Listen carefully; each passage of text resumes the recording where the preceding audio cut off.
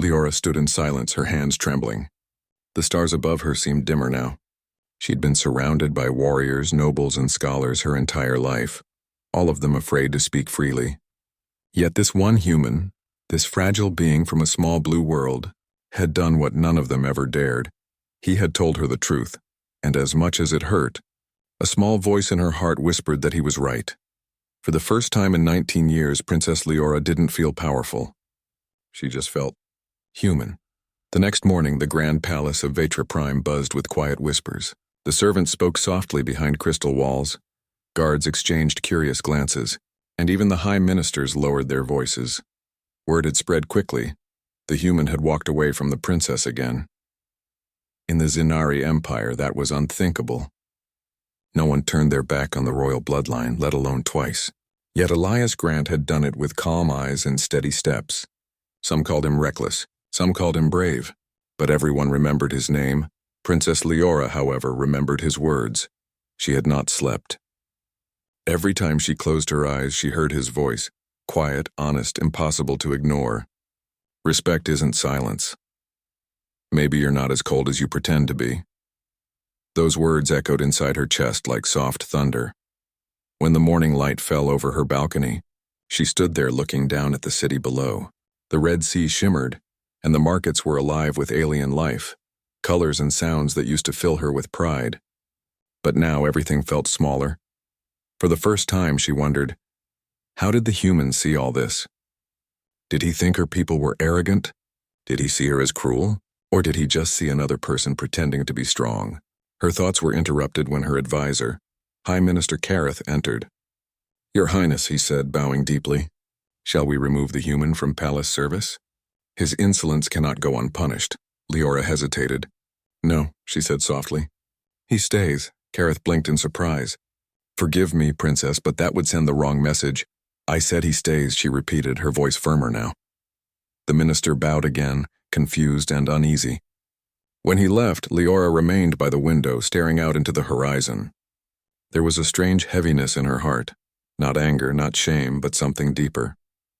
Something she couldn't name.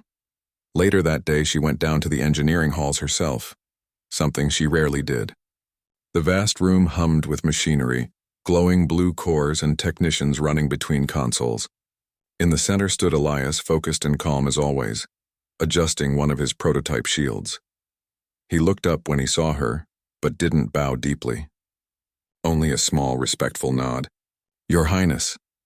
She said nothing for a moment, watching how the other workers seemed to respect him, not because of his title, but because of his way of being.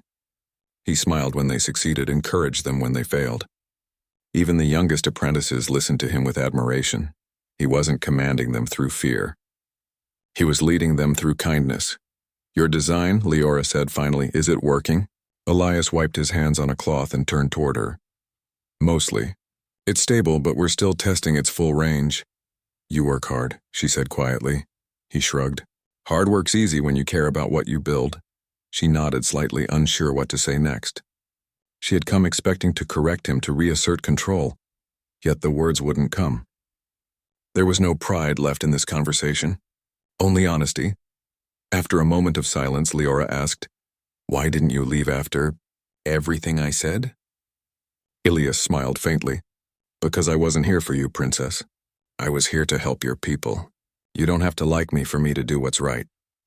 His answer struck her like a pulse through her chest. She had never heard anyone speak that way, not even her generals or teachers. People around her always sought approval, praise, power, but this man cared for none of that. "Do you hate me?" she asked before she could stop herself. Elias blinked, almost surprised by the question. Then he shook his head. "No, I don't waste hate. It's too heavy to carry." That answer made her look away. For the first time in her young life, she felt small. When Elias turned back to his work, Leora stood there silently for a while. The soft hum of machines filled the air, and she watched the human's hands move, and steady, precise, patient. In that quiet moment, something in her heart shifted. The alien princess, who once believed she was above all others, began to see the human not as lesser, but as something different, something rare, someone unafraid of truth. And when she finally left the engineering hall, she realized her steps were slower, softer, because for the first time, she didn't want to walk away. Days turned into weeks after Elias's quiet defiance, and the palace of Vetra Prime began to change in subtle ways. Where once the human engineer was a source of laughter, now even the proudest nobles watched him with quiet respect.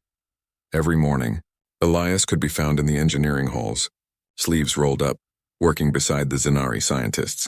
He was patient, humble, and full of strange kindness, the kind that made others want to work harder. When mistakes happened, he never shouted. When success came, he gave credit to others. The aliens had never met someone like him, and neither had Princess Leora. She often found herself standing at the edge of the engineering floor, watching from behind the glass balcony. She told herself it was curiosity, nothing more. But every time she saw him smile or heard his soft laugh echo through the hall, her chest grew warm with something she couldn't name. One afternoon, she decided to speak to him again. Elias was working on the new shield prototype, surrounded by blue light and humming machinery. When he noticed her reflection in the glass, he turned. "Your Highness," he said quietly, "you shouldn't be here. It's a testing zone." Leora walked closer, ignoring the warning signs flashing on the consoles. "You still work here after what happened?" she asked, her voice softer than usual. He nodded. "Why wouldn't I? You were humiliated," she said. "By me, by the court. Yet you act as if nothing happened." Elias smiled faintly. "Because it doesn't matter what people say. It matters what I build." His words made her heart skip. She wasn't used to people speaking so plainly to her. Everyone around her always filtered their words, careful, polished, full of flattery. But Elias spoke like every word was honest, even when it hurt. She watched him adjust the core unit, his hands steady and sure. "You really believe you can improve our defenses?" "I don't believe," he said, tightening a bolt. "I know." Leora tilted her head, studying him. "You sound very sure of yourself." He looked up, smiling. "Confidence isn't arrogance, Princess. It's just faith in what you've tested 1,000 times." The corners of her mouth lifted slightly, though she tried to hide it. "You're an unusual man, Elias Grant." He shrugged. "I've been called worse." Silence settled between them, filled only by the soft hum of the machines. For the first time, Leora didn't feel superior. She felt curious. She wanted to understand this man who didn't bow to titles or fear power. Finally, she asked, "Do you hate me for what I said that day?" Elias paused, then shook his head. "No, hate's too heavy. You were raised to believe certain things. I can't blame you for that. But the good thing about people is they can change." His calm forgiveness stung more than any insult could have. Leora lowered her gaze. "I was cruel." He didn't answer immediately. When he finally spoke, his tone was kind. "Maybe. But you're not the same as you were that day, are you?" She looked up, surprised. His eyes, soft, brown, and human, held no judgment, only understanding. "I don't know," she whispered. "I don't even know what I am anymore." "Then maybe," Elias said gently, "you're finally starting to find out." Those words stayed with her long after she left the engineering hall. That night, as she stood on her balcony watching the stars, she couldn't stop thinking about him. The stars of her empire, billions of them, suddenly felt small compared to one man's quiet courage. Leora had grown up believing power came from control, from fear, from strength. But Elias had none of those things. And somehow he had changed her without even trying. She remembered how easily he had walked away that first day, how he had spoken the truth when no one else dared. And now she realized something terrifying and beautiful. She didn't just respect him. She needed his presence, his calm, his honesty, his humanity. The alien princess who once saw him as a lesser being now looked up to him as someone greater than all the crowns and armies she would ever command. As the wind brushed against her silver hair, she whispered softly into the night, "Why does he make me feel this way?" The stars, silent witnesses to her awakening heart, gave no answer, but deep inside, she already knew. Something inside her had shifted, something that would never return to what it was before. The night sky over Vetra Prime was calm, painted in violet and gold. The palace floated silently above the Red Sea, its lights reflecting like scattered stars. Everything seemed peaceful, until the alarm began to scream. A sudden flash tore across the horizon. Explosions rippled in the distance. The outer defense fleet had been breached. Unknown warships blackened fast and were descending through the clouds. Inside the palace, chaos erupted. Guards ran through the corridors. Officers shouted commands, and the air trembled with the sound of emergency sirens. Princess Leora rushed to the central command deck, her robe trailing behind her. Her heart pounded with every step. "What's happening?" she demanded. A commander turned toward her, panic in his glowing eyes. "Raiders, Your Highness. They've broken through the second barrier. We're losing power across the western towers." Leora froze. The Empire's defenses had never failed before, not once in 100 years. But now, for the first time, they were collapsing. Then a voice cut through the chaos. "Calm, steady, human. Where's the prototype?" Elias Grant pushed his way into the control room, still wearing his mechanic's jacket, his face streaked with dust. "He didn't wait for permission." He went straight to the console. "The shield generator," he said quickly. "It can handle this, wait, but only if we activate it manually." Leora turned toward him, eyes wide. "It's still unstable. You'll destroy yourself." Elias didn't look up. His hands were already moving over the controls. "If we do nothing, the entire city dies. I'll take that risk." "You can't," she shouted, stepping closer. "There must be another way." He paused, looking at her, really looking at her. The fear in her eyes wasn't for her city anymore. It was for him. "There's always another way," he said gently, "but not always another chance." And before she could stop him, he turned and ran toward the shield core chamber. Leora followed, ignoring the guards' protests. The hallway shook as explosions thundered outside. Through the glass walls, she could see the enemy ships closing in, firing bursts of energy that lit up the sky like dying stars. When they reached the core room, the light was blinding. The great machine, Elias's creation, pulsed like a living heart. Sparks danced across its surface, and the air smelled of ozone. Elias was already climbing up the platform, connecting cables with trembling hands. "I can stabilize the field from here," he yelled. "But someone has to keep the power steady." Leora ran to the control unit. "Tell me what to do." He looked shocked. "You? Princess, this isn't... Just tell me," she cried. Elias hesitated only a second, then nodded. He shouted the sequence, and she began pressing the commands, her hands shaking but firm. Together they worked, their voices overlapping, sparks flashing around them as the machine roared to life. Outside, the enemy ships fired again, but this time the blasts hit an invisible wall. A bright golden wave spread through the sky, covering the city like a second sun. The Grant shield had activated. The raiders' weapons were useless now. Their ships began to fall back, retreating into the darkness. But inside the chamber, the energy kept growing, wild and unstable. "Elias," Leora shouted. "It's too much." He was struggling to hold the control rod steady. The light wrapped around him like lightning. "Just a few more seconds!" She ran toward him, her eyes wide with fear. "You'll die!" He looked at her, a tired, soft smile on his face. "Then at least I'll die for something that matters." With one final push, he locked the control into place. The machine screamed now and then fell silent. The shield stabilized, spreading its calm light across the planet. Elias collapsed to the floor, smoke rising from his gloves. "Elias," Leora dropped beside him, grabbing his shoulders. His eyes fluttered open, weak but peaceful. "It worked," he whispered. "Your world is safe." Tears filled her eyes. "You fool," she whispered. "You could have died." He smiled faintly. "Would have been worth it."